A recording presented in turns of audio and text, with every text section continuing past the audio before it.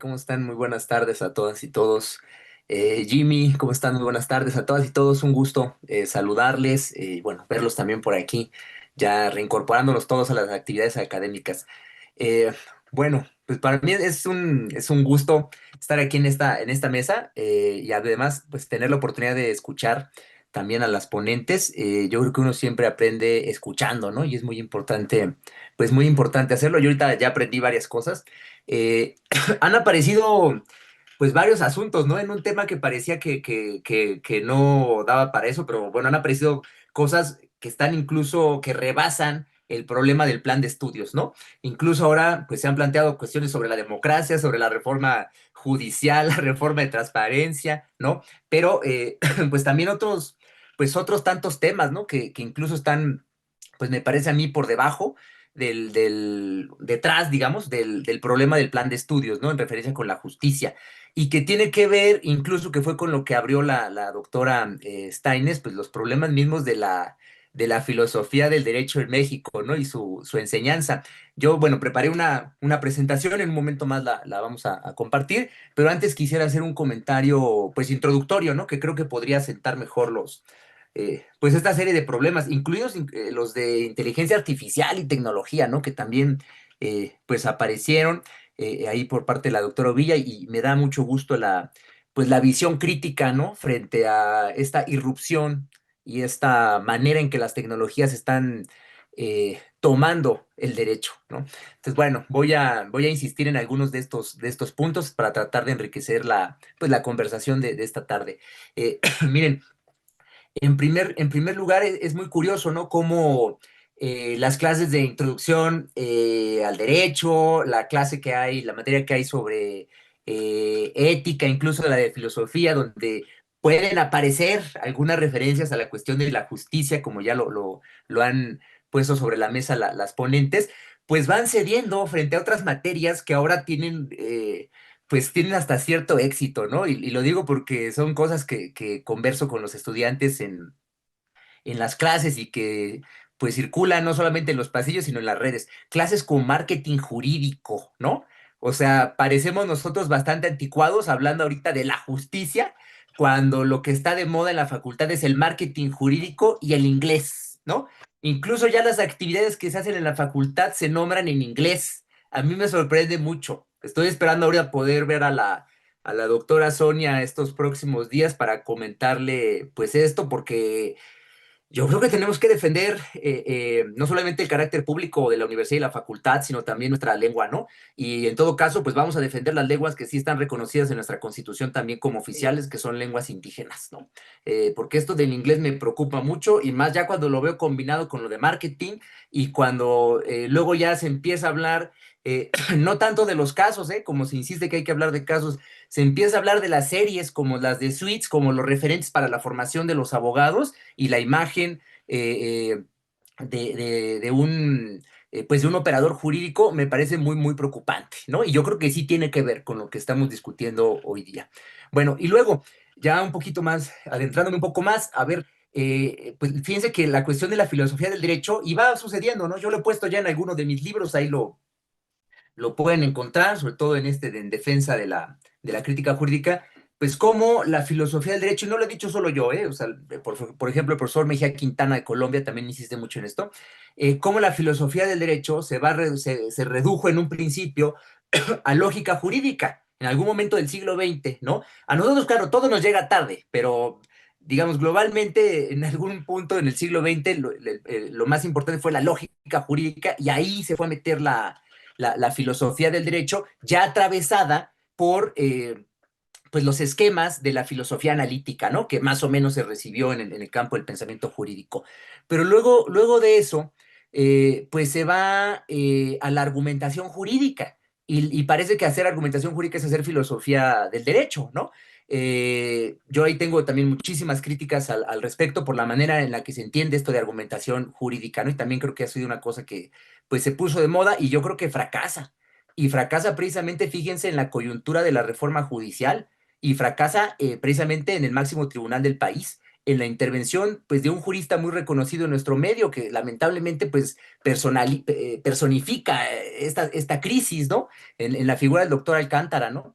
Eh, en el proyecto que él presenta, ¿no? Para tratar de mediar entre la reforma y no reforma, pues me parece que ahí hace crisis, 25 años de enseñanza de la argumentación jurídica en México, precisamente en el punto, pues, donde debía ser más sólido, se quiebra. En fin, pero luego también, pues se va reduciendo y más nosotros lo vivimos, se va acotando la filosofía del derecho a los temas de derechos humanos como si hacer filosofía del derecho fuese solamente los temas de derechos humanos con un cierto sesgo muy, muy marcado, ¿no? Tampoco me voy a detener ahora en eso. Y luego, finalmente, ahora, pues lo que está de moda es que quienes hacen derecho constitucional ya más bien hacen o quieren hacer filosofía del derecho constitucional y la filosofía del derecho ahora es filosofía del derecho constitucional. Eso me parece muy, muy curioso, ¿no? Cómo es que ha ido pasando esto en detrimento de lo que sí es la reflexión filosófica y los temas que debiesen ponerse sobre la mesa y la perspectiva crítica que se debería tener incluso de este proceso, ¿no? Que va sucediendo. Y miren, cuando se habla incluso en esta materia de ética, ¿no? Que ya de alguna manera pues ha estado presente ya durante varios años ahí en la facultad, en los planes de estudio de la facultad, con diferentes denominaciones y contenidos más o menos similares, pero ahí ha estado. Pues, ¿qué es lo que encontramos ahí? Una ética que se reduce a una especie de moralina repleta de lugares comunes, ¿no? Una axiología vulgarizada, que además lo que esconde es una doble moral, porque todo lo que se dice ahí que debiese ser no sucede, ¿no? Ni en la facultad, ni por fuera, ni en la práctica del derecho. Y la verdad es que pues, no termino de entender, ¿no? ¿Por qué mantenemos una manera de enseñar estos temas así cuando no hay resultados? Y cuando nosotros mismos no somos coherentes, no somos congruentes con lo que ahí se postula, ¿no?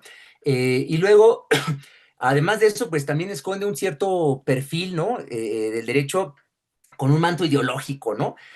Todo eso me parece muy preocupante y ahorita que vaya avanzando se va a ir viendo pues, la vinculación que yo encuentro con los temas pues los temas de la justicia, ¿no? Que termina pues en estas materias convertida pues en un cliché, en un buen deseo, en una ideología donde a veces pues la ética del abogado es la ética de la justicia como legalidad, ¿no? Y muchas veces escondido en eso, pues la justicia como intercambio de equivalentes, que no es otra cosa que una manifestación particular, pues de la ética de la propia sociedad burguesa, ¿no? Y que no nos damos cuenta que eso es lo que se enseña y se reproduce, ¿no? Bueno, cuando entramos, por ejemplo, a las materias que tienen que ver con las cuestiones de epistemología, que también se ha incursionado en eso, en esta mesa, pues muchas veces se banaliza los mismos problemas epistemológicos como un repaso superficial de un montón de posturas que se dejan a la elección de cada uno, ¿no? Uno elige si es positivista o naturalista o realista o ¿qué? Marxista o lo que quiera, ¿no? Con todos estos motes que hay por ahí y me parece que se lleva adelante pues una gran banalización, sin un interés por la verdad, que era el interés de la epistemología, ¿no? Sin un interés por la verdad y además volcada orientada a una dimensión meramente técnica pues de lo jurídico, donde la justicia pues también se pierde de vista, ¿no? En aras de más bien adquirir una competencia técnica, ¿no? En materias como metodología mucho más, que se van orientando mucho más hacia eso, ¿no? Y bueno, al triunfo en el mercado laboral.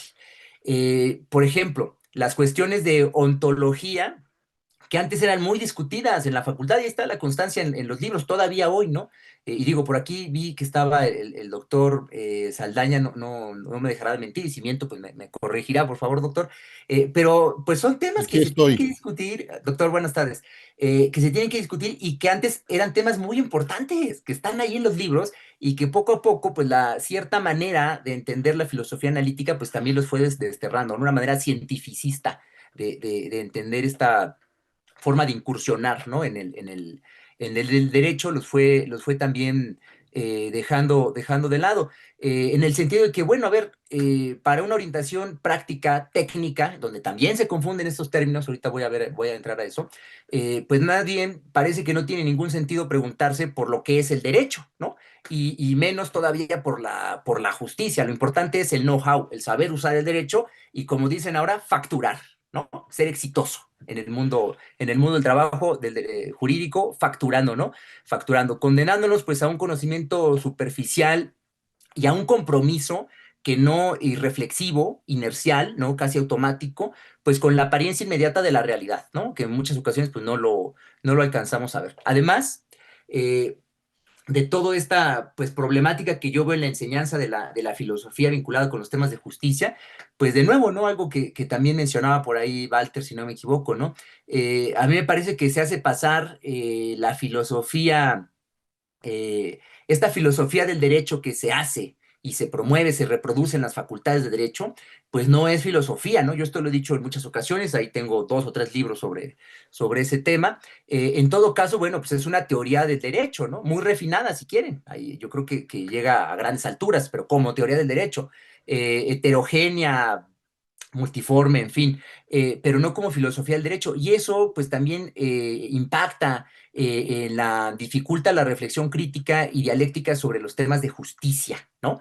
Y nos condena de nueva cuenta pues, a un conocimiento bastante superficial, en donde prevalece una noción de derecho como sistema cerrado de normas donde no cabe la justicia, ¿no? Ahora me voy a referir un poco más a eso. Y por si fuera poco, ese discurso filosófico que se presenta como filosofía del derecho de los juristas, pues es un discurso importado, pirateado, sucursalero, ¿no? Como si no tuviésemos nosotros un pensamiento jurídico propio, como si no se hubiese desarrollado en México un pensamiento jurídico propio. Por supuesto que eso ha sucedido y sucede todavía hoy, pero se invisibiliza, ¿sí? O como si no pudiésemos tener esta reflexión propia, filosófica propia sobre las cuestiones jurídicas, ¿no? Eh, una filosofía mexicana del derecho, no solo hecha en México y por mexicanas y mexicanos, sino pensando los problemas del país, pensando los problemas de México, digamos, ¿no? Los problemas que nos tocan a todas y todos nosotros. Y el ejemplo de que eso es posible, pues nos los dan los filósofos que sí hacen filosofía. El doctor Bishop, Vargas Lozano, Ambrosio Velasco, Mario Magallón, doctor Saladino, Hurtado, la doctora Xochitl López, Victórico Muñoz, Bolívar Echeverría, la doctora Carmen Rovira, Villoro, Sánchez Vázquez, Leopoldo Sea, Gaos, Samuel Ramos, en fin, toda esta pléyade de grandes autores que hemos tenido en nuestro país, en la facultad vecina, ¿sí? Muchos de ellos con trabajos sobre derecho y vinculados con cuestiones jurídicas que nosotros a veces no somos ni conscientes y no rescatamos, no reivindicamos, ¿no? Ellos han mostrado el camino, en el sentido de que es posible hacer una filosofía mexicana. ¿No podríamos hacer una filosofía mexicana del derecho? Yo creo que sí, y se hace, pero está desperdigada, está confundida, no está reivindicada, no está sistematizada, no está historiada, ¿no? Y entonces pues se termina perdiendo. Y nos lleva más bien, por ejemplo, pues a reivindicar en los temas de justicia, pues autores que no son nuestros autores, digámoslo así, ¿no? Y más bien, pues y lo digo con todo respeto, porque se ha mencionado hoy, nuestro horizonte de reflexión termina siendo John Rawls, ¿no? O termina siendo Ferrayoli, Alexi o Manuel Atienza, ¿no? Cuando nosotros podemos pensar por cuenta propia, ¿eh? Y tenemos fuentes para hacerlo, tenemos capacidad para hacerlo, y ¿saben qué? Tenemos necesidad de hacerlo, además de la obligación de hacerlo en la Universidad Nacional. Eso es lo que nos corresponde hacer y no lo estamos haciendo. O por lo menos, pues estamos siendo rebasados por toda esta otra manera de entender el trabajo que nos corresponde, pues a quienes estamos preocupados, adscritos, si quieren, formalmente al seminario, participamos y nos interesamos en estos temas para dejarlo más abierto, ¿no? En fin, hay otros temas que aparecieron, ya no los voy a tocar para poderme enfocar ya directamente en la presentación. La cuestión de la reforma judicial, yo creo que ha sido, debió ser ¿no? un gran pretexto, no solamente para quejarnos, yo creo que debió ser un gran pretexto para pensar la justicia que sí queremos, el modelo de justicia que sí queremos y el perfil de juez que sí queremos, ¿no? Porque pues no puede ser que tengamos posiciones críticas sobre la justicia y además pretendamos buscar un nuevos modelos de impartición de justicia, pero que estemos reclamando un perfil de juzgador meramente técnico. Pues eso es imposible, tenemos que cambiar también eso. El perfil del juzgador no solamente debe ser técnico, altamente técnico, competente técnicamente, también debe ser una formación ética, una formación interdisciplinaria y una formación crítica. Y eso es algo que, pues, esta reforma nos debe motivar a pensar, ¿no? No solamente, pues, sacar aquí el hígado o en fin, ¿no? Las cuestiones personales que tengamos en contra de la reforma, que pueden ser muchas y justificadas, pero más bien creo que lo que nos toca a nosotros es pensarlo en términos mucho más propositivos y creativos como pretextos, ¿no? Para llevar más adelante la reflexión filosófica sobre estos temas, si quieren plantearlo, pues de esa manera, ¿no? Y junto con eso, para conectar ya con el tema de lleno, miren, pues yo lo que veo detrás es una cierta noción de derecho nos da resultados distintos en términos de la justicia que buscamos o que tenemos, ¿no? Una visión del derecho como un sistema de normas cerrado, ¿sí? Una visión normativista, ¿no? Incluso de sistema jurídico completo, congruente, sin redundancias, en fin, pues nos da una cierta visión de derecho, no solamente de derecho, de justicia y de juzgador, de operador jurídico incluso, muy diferente a una noción de derecho como un producto cultural históricamente determinado y sujeto a un montón de condicionamientos materiales y sociales, ¿no? Son dos visiones distintas que terminan en dos nociones también diferentes de justicia. Por un lado, pues esta visión del derecho como sistema cerrado de normas está mucho más orientado a una perspectiva técnica del derecho, en donde por supuesto el operador jurídico pues no requiere una formación interdisciplinaria ni crítica. Es más, no tiene ni que estarse preguntando qué es el derecho, ni qué es la justicia, ni qué papel tiene la justicia en la sociedad, no le importa. Lo que le importa es saber utilizar el derecho y colocarse en un puesto de trabajo y hacer su vida en lo individual, ¿no? Facturando y resolviendo asuntos o atendiendo asuntos de derecho, la práctica del derecho, pues incluso sin mayores elementos de la sociedad en la que lo hace, ¿no? La otra postura, pues necesariamente coloca al operador jurídico pues en una situación en la que requiere una formación interdisciplinaria, incluso crítica de la misma sociedad, donde la noción de justicia tiene mucho mayor sentido, no es meramente legalidad, y donde no puede despegarse de lo social, ¿no? Son dos visiones bien diferentes. Lo que quiero plantear es que esto también se proyecta en el plan de estudios, ¿no? Y es una reflexión, bueno, que yo empecé a trabajar a propósito de la reforma judicial, que yo creo que para eso es que debería servirnos a nosotros en la academia, ¿no? Entonces, a ver, ahora sí con la presentación que entraba de lleno en el tema, pero ya esto nos ayuda a contextualizarla mejor, por favor. Bueno, miren, a ver, sí, a ver, pásala, porfa, y vámonos de volada. A ver, por ejemplo, a ver, el plan de estudios vigente pues no hace uso de la expresión justicia social. La omisión, pues podría ser un simple error, ¿no? Pues se olvidó poner justicia social, o denota quizás una orientación ideológica, ¿no? O a lo mejor quien lo hizo simplemente, pues no sabe, ¿no? Que la justicia social puede tener alguna relevancia para quienes estudian derecho en México. En cualquier caso, bueno, pues resulta llamativo, dado que esta idea de justicia social, pues va muy de la mano con el tema del constitucionalismo social del que siempre se cacarea, ¿no? Que México, pues, abre el horizonte histórico del constitucionalismo social y la Constitución del 17, etcétera, etcétera, ¿no? Claro, todo esto hay que pensarlo en el horizonte también de lo que fue, de lo que es todavía la cultura jurídica neoliberal, donde expresiones como justicia social se consideraban, eso decía el ministro Cosío, rebabas ideológicas, ¿no? De un pensamiento de un viejo régimen, ¿no? Del pensamiento del viejo régimen, como dicen ellos. Bueno, yo creo que no es así, pero en fin, la justicia aparece como un valor abstracto, ¿no? Y además como si fuera una cuestión de elección personal. Esto también creo que ya lo han caracterizado muy bien quienes me han antecedido, ¿no? Aparece particularizada en conceptos como justicia distributiva, ¿no? Que a veces parece ser que es la única justicia de la que se puede hablar y pues no, ¿eh? Por lo menos en Aristóteles encontramos otras dos en la Ética Nicomachea. O, por ejemplo, en justicia ambiental, ¿no? Pero su abordaje es muy escueto y además siempre orientado en términos operativos, formar abogados operativos, ¿sí? Funcionales con un sistema, no abogados críticos ni reflexivos, que me parece que es un plus que debiese dar la Universidad Nacional, nuestra facultad. La que sigue, por favor. Eh, bueno, a ver, miren, esta subordinación de la justicia a la legalidad, ¿no? El plan postula el respeto a la justicia, pero siempre dentro del marco de lo que llama el Estado democrático de derecho.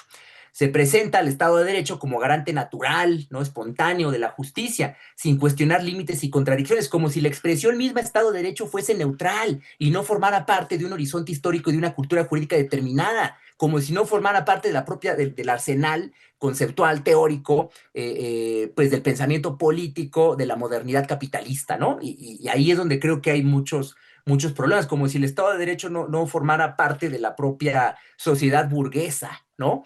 En fin, esto impide pues una visión crítica del derecho y confunde pues la legalidad con legitimidad e incluso con la justicia, porque pues de aquí viene esto de que finalmente pues la justicia termine reducida a la legalidad, ¿no? Impartir justicia sea hacer cumplir la ley bueno, entender justicia como ley, ¿no? La que sigue, por favor. Bueno, se omite todo este proyecto de constitucionalismo social que está vigente en México y ahora pues de alguna manera con limitaciones y contradicciones si quieren, pero reivindicado nuevamente, ¿no?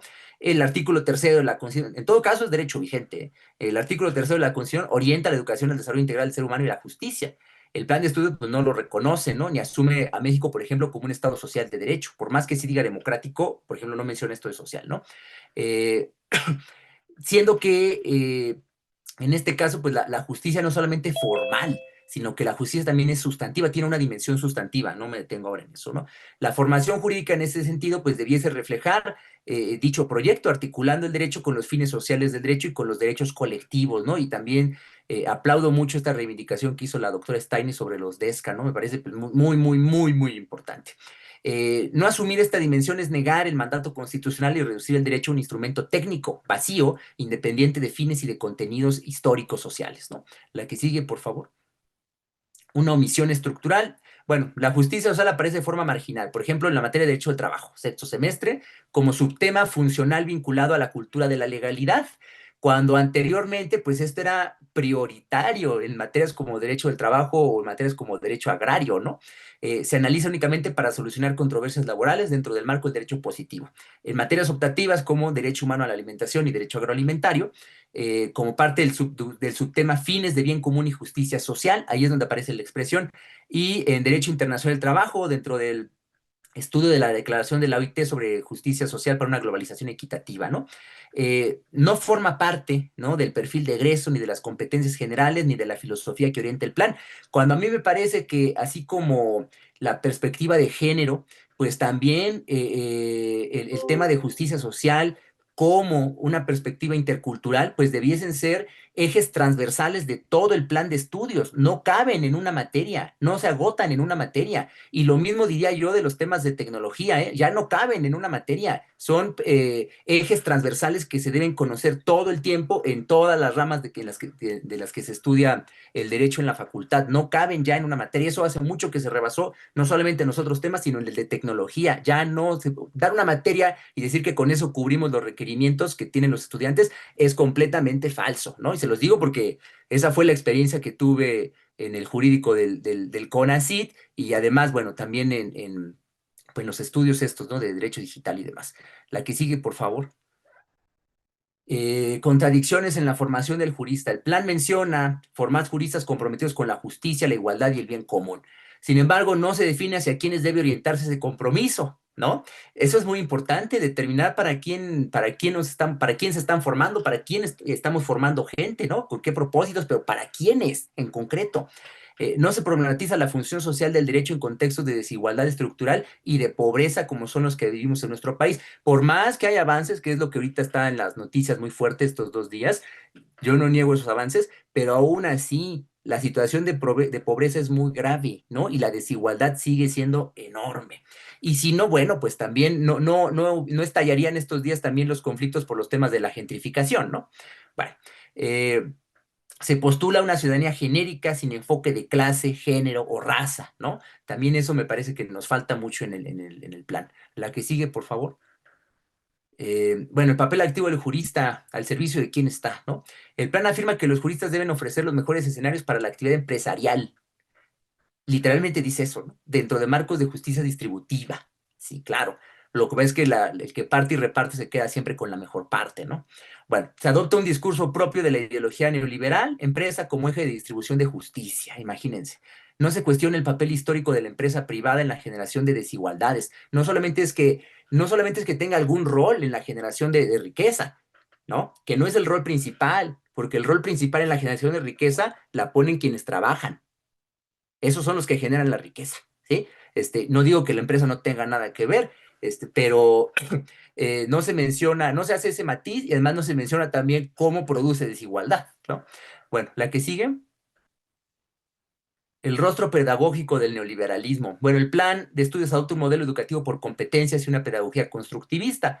En principio, bueno, parecería que no hay problema, ¿no? Lo que pasa es que esta elección, pues, no es neutral, ¿no? Responde a una lógica de formación de capital humano. ¿A qué punto hemos llegado? Que le llamamos a la formación de estudiantes y de futuras abogados y abogados capital humano, ¿no? Son formas de fetichización. Lo mismo cuando hablamos de capital natural y demás, bueno, pasa esto mismo, bueno, recursos humanos, ¿no? En fin, para el mercado. Esto está detrás de quien estuvo redactando estas partes, sí piensa esto, ¿no? O quien revisó y afirmó esto, sí piensan esto, ¿no? Y a lo mejor no se han detenido, lo ven bien, quizás, está bien, lo puedo entender, pero sí es importante que nosotros lo reflexionemos, ¿no? El constructivismo es instrumentalizado para adaptar saberes a necesidades productivas, no para desarrollar pensamiento crítico. La educación jurídica se tecnifica orientándose a habilidades útiles y al saber hacer, sin formar sujetos críticos, sin formar agentes de transformación social. El derecho es visto más bien pues, como una cuestión, como una tecnología, ¿no? Como una técnica de control de la conducta, pues más que como un instrumento para la transformación o la emancipación sociales, ¿no? Esta estructura pues, responde a una cultura jurídica tecnocrática que concibe al jurista como técnico eficiente, no como agente de cambio. La que sigue. La cultura jurídica neoliberal disfrazada de garantismo. Bueno, fija una orientación filosófica basada en corrientes hegemónicas exportadas, ¿no? El plan de estudios. Y claro, utiliza la expresión filosofía, pero cuando habla de filosofía ahí se refiere más bien pues a esto que en alemán se dice Weltanschauung, ¿no? Una visión de mundo, ¿no? Que es una forma de entender filosofía, ¿no? Que es una manera que ahorita ya en nuestro tiempo, 100 años después de que aparecen estas expresiones, pues es una forma ya vulgarizada, ¿no? De referirse a la filosofía. Es una visión de mundo la que sí aparece en el plan de estudios y la llaman ahí filosofía, ¿no? Bueno, y luego, si revisamos en la materia de filosofía del derecho, aparece esto de neoconstitucionalismo garantista. A mí no me queda muy claro porque, bueno, el mismo Ferrajoli se ha deslindado del neoconstitucionalismo, los profesores italianos del realismo genovés también, incluso españoles como Atienza, García Amado y otros también, en fin, pero aquí aparece neoconstitucionalismo garantista, como si se juntara, ¿no? Bueno, suele presentarse como una ideología neutral o desprovista de orientación política explícita, eso es falso, ¿no? No me detengo ahorita tanto en eso. Esta perspectiva se encuentra estrechamente vinculada a los postulados de la ideología de la modernidad capitalista, de la cual no logra desprenderse. Incluso, bueno, a ver, en el caso de Ferrajoli y el garantismo, pues Ferrajoli en un principio era conocido como un juez rojo, porque era un juez comunista, precisamente cuando lleva adelante todo el programa de lo que fue el uso alternativo del derecho en Italia, ¿no? Y después, pues es que empieza a desarrollar la idea esta del garantismo luego de su lectura del Leviatán de Hobbes, ¿no? Eh, como quiera que sea, en el caso de Ferrajoli, pero también en el caso del mismo Alexi, con dos posiciones diferentes, ¿sí? Son discursos que no terminan de romper con la modernidad capitalista, sino que tratan de encontrar maneras de acoplarse y de hacer vivible de alguna manera la modernidad que es modernidad capitalista, ¿no? Y las nociones de justicia que se puedan derivar de sus obras, pues son nociones de justicia que quedan entrampadas también dentro de esa masa ideológica de la propia modernidad. Ese es parte del problema, ¿no? Eso, bueno, también lo explico en algunos de mis libros. Bueno, esta perspectiva se encuentra estrechamente vinculada con estos postulados de la modernidad capitalista, de la cual no logran desprenderse y reproducen pues, sus límites epistemológicos, incluso también las proyecciones normativas que se hacen, porque esto forma cultura. Son conocimientos que luego las y los abogados, cuando se vuelven operadores judiciales, incluso legisladores, pues reproducen y lo tienen ahí presente, ¿no? Digo, podría dar ahí varios ejemplos, pero no me detengo por el tiempo. La que sigue, por favor. fragmentación y relativismo filosófico. Bueno, en la materia de filosofía, por ejemplo, el derecho, se plantea que el valor de la justicia depende de la corriente que se elija, y naturalismo, positivismo, realismo, garantismo, ¿no? Sin mayor discusión, ¿no? Entonces, este relativismo me parece pues es muy peligroso porque al final, miren, todos terminan deslindándose de todo y al jurista que se vuelve un práctico del derecho, ¿no? Al abogado litigante, pues le termina no interesando nada de esto y no tiene ningún compromiso con nada de esto, más que con con la sobrevivencia propia, ¿no? En un mundo, pues, al que él está arrojado, ¿no? Tratando de encontrar una fuente de ingresos, ¿no? Bueno, no se promueve una visión estructural de la justicia ni se dota al estudiante de herramientas para realizar una crítica rigurosa y sustentada. Se diluye la posibilidad de una formación filosófica comprometida con la realidad nacional. En este sentido, bueno, a ver, por ejemplo, el derecho que nosotros conocemos, la experiencia jurídica que nosotros tenemos es el derecho de la modernidad capitalista. Esa modernidad capitalista, ese derecho es derecho de la sociedad burguesa. Y eso no es una cuestión ideológica, eso es un hecho, ¿sí? Y las nociones de justicia que derivan de eso y que aparecen regadas por las obras de múltiples autores son también nociones burguesas de justicia, basadas en el intercambio de equivalentes, ¿no? De esto del doy para que des y no sé qué. Bueno, tiene que ver con eso. La manera, incluso impacta en la teoría de las normas que utilizamos, las características de las normas que se usan cuando se dan las clases, pues tampoco son neutrales y están históricamente determinadas y forman parte de esa masa ideológica de la propia modernidad, ¿no? Bueno, a ver, la que sigue. Derecho indígena, justicia ambiental, incorporación subordinada. Bueno, a ver, la idea de justicia en la formación del estudiantado se retoma hasta octavo semestre, por ejemplo, donde se menciona como parte del acceso a la justicia de los sistemas jurídicos normativos de los pueblos originarios, ¿no? Sin embargo, este acceso a la justicia del Estado subordina el derecho propio, los sistemas normativos, el pluralismo jurídico, pues al derecho positivo del Estado. Voy, Walter, ya voy cerrando. No se reconoce autenticidad ni importancia del derecho indígena en su vertiente comunitaria, por ejemplo, y sí se neutralizan pues, elementos de esos temas que podrían enriquecer el derecho estatal y que podrían promover una justicia intercultural. Pero lo mismo pasa en los temas de derecho ambiental, ¿no? La impartición de justicia ambiental sin un contexto sólido reduce la discusión a meros trámites, omitiendo las causas estructurales del deterioro ambiental. No veo las demás, termino con un desarrollo sobre esta idea. Miren, la formación que se da en la facultad para quienes quieren ser abogados de derecho ambiental o abogados de derecho indígena, que son pues dos de las áreas donde me desenvuelvo, fíjense que está pensado, por ejemplo, en derecho ambiental, pues para que el horizonte es que puedan trabajar como abogados corporativos, abogados en una empresa transnacional, ¿no? Para ayudarles a sacar adelante las manifestaciones de impacto ambiental, de impacto social, etcétera. Si les va mal, bueno, pues ya terminarán siendo burócratas y trabajarán en la Secretaría, ¿no? De Ambiente o en la Procuraduría Ambiental o en alguna cosa así. Pero en lo que no se piensa es en formar abogados para que acompañen causas sociales, procesos territoriales de defensa, ¿no? De derechos colectivos pues en comunidades que son afectadas, ¿no? Por proyectos y demás. En eso no se piensa. ¿Por qué? Porque ahí no hay dinero y porque hacia allá no está orientado el mercado, ¿no? Lo mismo sucede en los casos de derecho indígena. El derecho indígena se vuelve incluso materia obligatoria en el contexto de la reforma energética. ¿Por qué? Porque la reforma energética sí impacta en los territorios de comunidades indígenas. De ahí es donde van a extraer el gas o de ahí es donde van a extraer el petróleo. Por supuesto que sí, ¿no? Ahí es donde se vuelve a volver importante tanto derecho agrario como derecho indígena.